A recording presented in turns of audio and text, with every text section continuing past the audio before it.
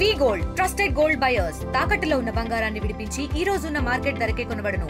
మరిన్ని వివరాలకు సంప్రదించండి 7710 ఈ సమస్య వైసీపీ వాళ్ళు ఏదైతే కోహనా నాయకులు ఉన్నారో ఒక నాయకుడి ద్వారా లేనిపోని అల్లరలు సృష్టిద్దాం, కులాల మధ్య కుంపడి పెడదామనే ముఖ్య ఉద్దేశంతో ఉన్నారు. ముఖ్యంగా ఏదైతే శంకర్ అనే ఒక బీసీ సామాజిక వర్గానికి చెందిన యువకుడు ఉన్నాడో అతను మాత్రమే డబ్బులు పూర్తిగా కాజేసి ఈ యొక్క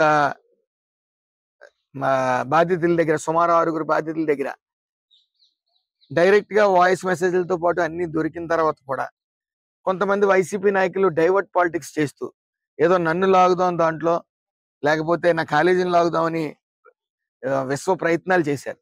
ఏదేమైనప్పటికీ ఏదైతే పోలీస్ శాఖ ఉందో వాళ్ళ పని వాళ్ళు చేసుకుని వెళ్తారు కాబట్టి వాళ్ళకి ఎంక్వైరీ అనేది పూర్తిగా ఉంటుంది, ఇంటెలిజెన్స్ ఉంది, అలాగే వాళ్ళ కాల్ లిస్టులు ఉంటాయి. కొంతమంది ఆకతాయిలు మరి చేసిన పని ఏదైతే మహేష్ అన్న అతను కొట్టడం, చట్టాన్ని వాళ్ళ చేతిలోకి తీసుకెళ్ళటం అనేది చాలా తప్పు.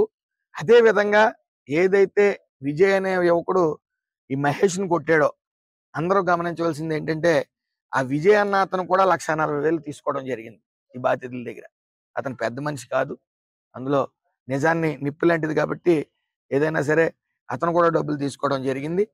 దీన్ని నా గ్రామస్తుడని చెప్పి నా ఫాలోవర్ని లేకపోతే అతను చేసిన చెడ్డ పనులు నా మీద రుద్దుదాం అనుకుంటే అది దానికి ఒక ఎంక్వైరీ ఉంటుంది, పోలీసులు ఉంటారు, ఇంటెలిజెన్స్ ఉంటారు కాబట్టి చట్టం దాని పని చేసుకుని పోతుంది. ఇది ఎన్డీఏ కూటమి ప్రభుత్వం, నారా చంద్రబాబు నాయుడు గారు చాలా పకడ్బందీగా ఉంటారు. తప్పు చేస్తే ఎవరినైనా సరే, నాయకుడినైనా కార్యకర్తనైనా ఎవరినైనా సరే తోలు తీసే పని ఆయన చేస్తాడు కాబట్టి ఇందులో అనవసరంగా వైసీపీ వాళ్ళు గతంలో ఆ మద్యం ఏదైతే ఉందో కల్తీ మద్యం ఇంకా దాచుకున్నట్టున్నారు జగన్ మీద ప్రేమతో, అది తాగి వెకిలి చేష్టలు చేస్తా ఉన్నారు. ఏదేమన్నప్పటికీ నిజం నిప్పు లాంటిది, ఎప్పటికైనా సరే అది బయటకు వస్తుంది కాబట్టి ఇంగ్లీష్ నా సంబంధం లేదు, నాకే కాదు నా కాలేజీకి కూడా సంబంధం లేదు.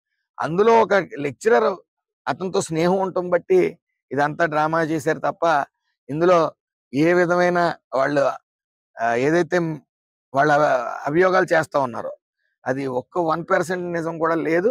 అలాంటి చట్టం అదే గాని ఎవరైనా నిరూపించగలిగితే దేనికైనా సిద్ధం. నేను గన్నవరం స్కూల్కి పిల్లలు 50 మంది పిల్లలు రావటం, వాళ్ళకి లైఫ్ జాకెట్స్ లేకపోవటం, ఏ క్షణాన్ని ఏం జరుగుతుందో అని ఒక సూర్య అనే యువకుడు నాకు తెలియజేయటం, స్థానిక ఎమ్మెల్యే గారికి కూడా నేను తెలియజేసి మరి ఈరోజు అది ఏర్పాటు చేస్తా ఉన్నాం. ఆ పిల్లలందరికీ కూడా అందులో భాగంగానే ఇక్కడ రావడం జరిగింది.